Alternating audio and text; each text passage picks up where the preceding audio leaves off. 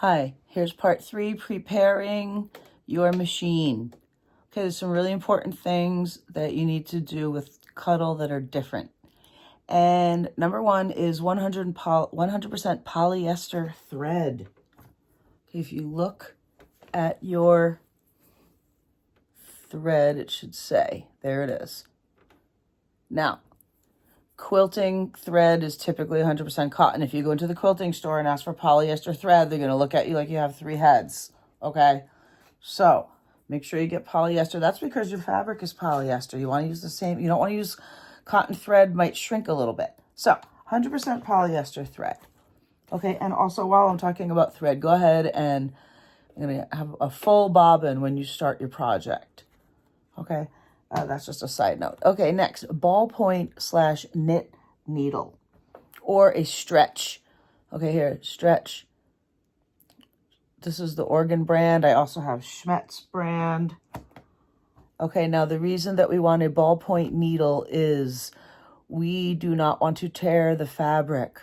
If you use a sharp needle through this, it will actually rip it like a tiny little pair of scissors, and we don't want that. A ballpoint needle can actually go through it'll weave its way through. Think of if you have a sweater and you can poke your finger through your sweater and bring your finger back out. Okay, that's the same thing. So the ballpoint needle, you might have to go ask for it or look it up. And please, that's very important, is the ballpoint needle. Okay, also have a couple extras because you might break one. Just get a pack. Don't get one.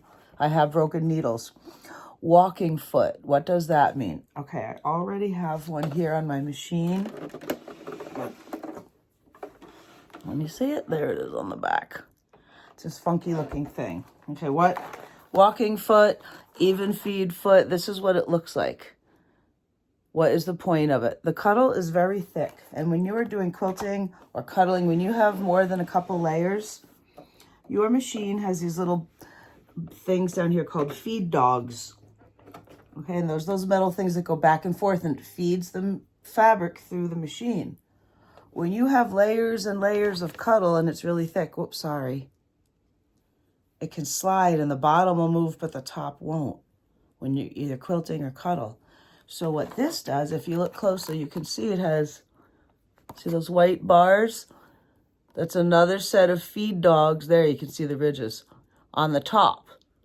So it's grabbing your fabric from the top and the bottom and pushing and doing it through. So that's important. Okay, so it's called a walking foot, an even feed. Okay, this is a Singer, this is a Brother. I don't know if you can mix and match brands. I'm not an expert on machines, people. Okay, but I do know there's your walking foot. Okay, 1/2 inch seam allowance. What does that mean? That means don't sew right up against the edge of the fabric. Normally when you're quilting and doing it, most kinds of sewing, they tell you 1/4 inch, which is really, really tiny. Okay, 1/4 inch is not much in Cuddle because it kind of curls up. So a 1/2 inch, go ahead and go a 1/2 inch in from the edge when you're sewing. Not 1/4. Nice, big, fat 1/2 inch. You want that. I promise you, you need that. Okay, and that's going to help you make sure you get all the edges. And the other thing, what's the thing I have at the bottom here? A larger stitch size. Okay, and this machine, it's over here. I have it set on almost 4. When I do regular cottons, I'm down around 2, 2.5. But when I switch to Cuddle, I go up to almost 4. Okay, you also might have to adjust your tension here. Stitch length. Also, that's for when I do zigzag.